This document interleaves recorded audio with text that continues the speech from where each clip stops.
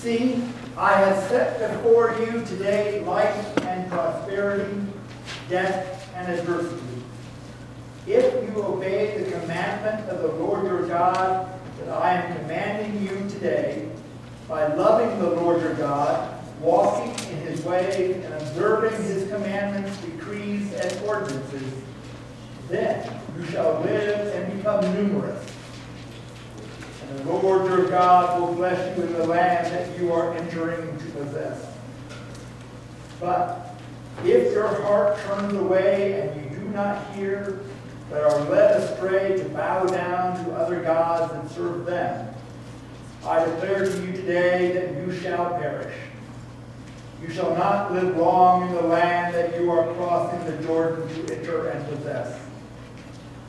I call heaven and earth to witness against you today that I have set before you life and death, blessings and curses.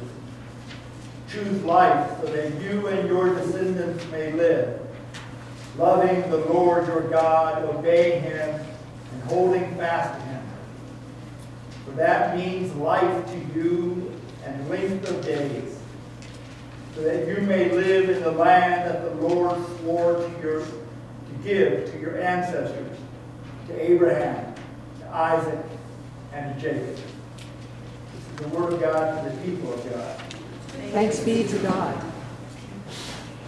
In this reading from what is commonly referred to as the third discourse of Moses, in the book of Deuteronomy, which itself means a restatement of the law, in 3 different sections, Moses articulates what it means to be the people of God in their particular context.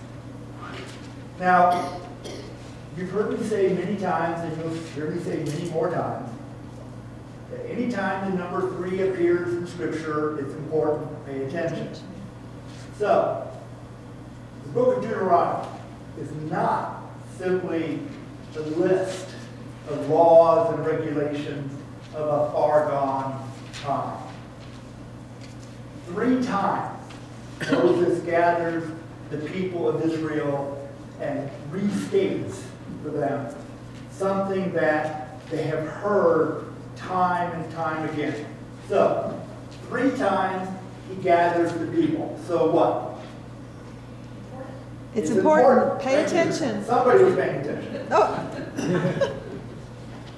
3 times in this particular chapter, Moses offers to the people why this is important. And that's where we find ourselves this morning.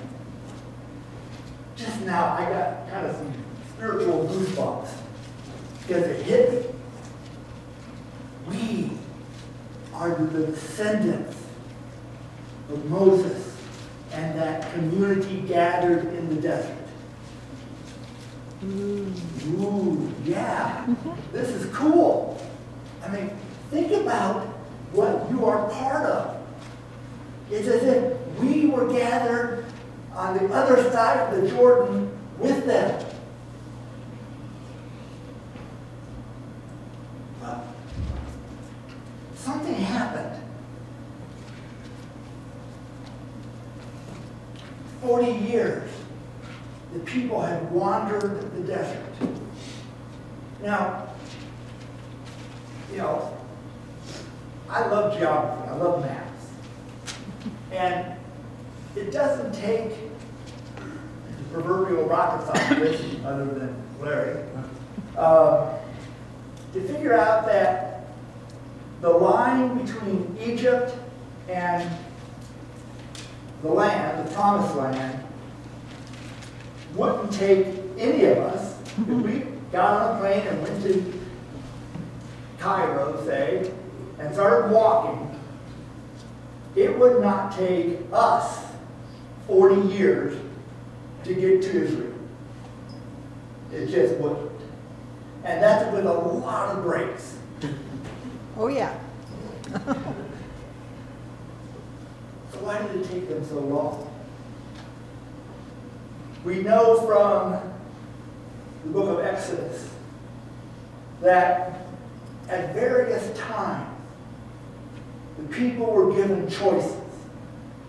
Now, it was made explicitly clear that God was in control. But that didn't stop the people from trying to exert their control over God. Such was it that they got to the Jordan, and all they had to do was cross the river. That's all they had to do. But instead of obeying God, they started to doubt and started to question God's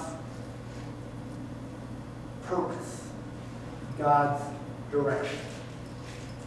And as a result, that generation was forced to wander.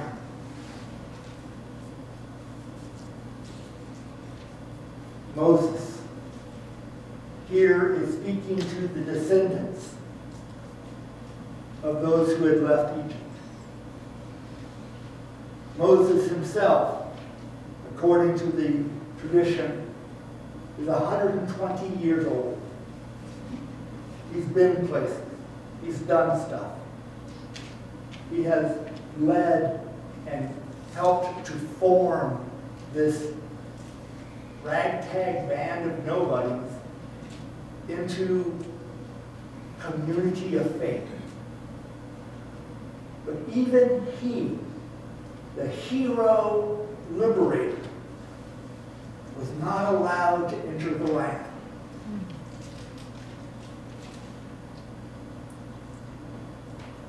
But before they crossed the Jordan, he gathered them 3 times and said, look, your parents and their parents before them chose not to obey God. Don't make the same mistake.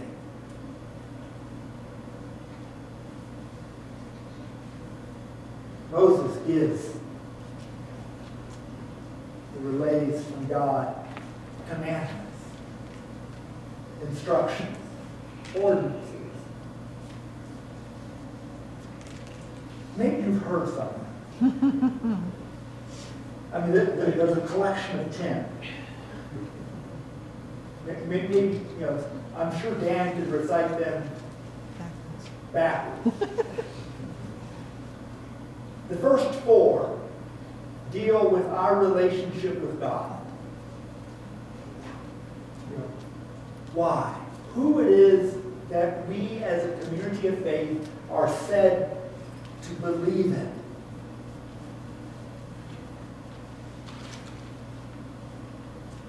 This recognizes that we have a choice. Because there are a lot of things, a lot of beliefs out there.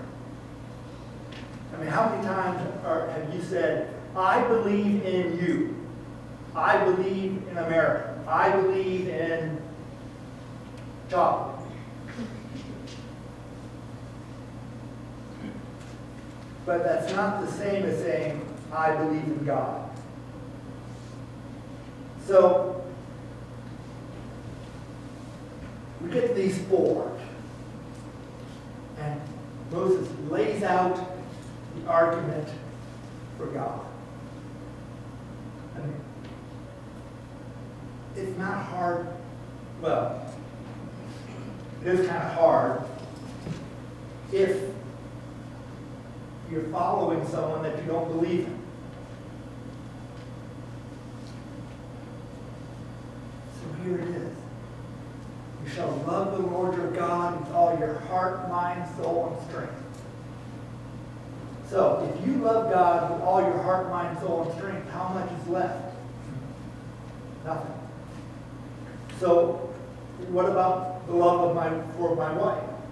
Or the love for my country? Or the love cheesecake. Do they not count? It sounds hard.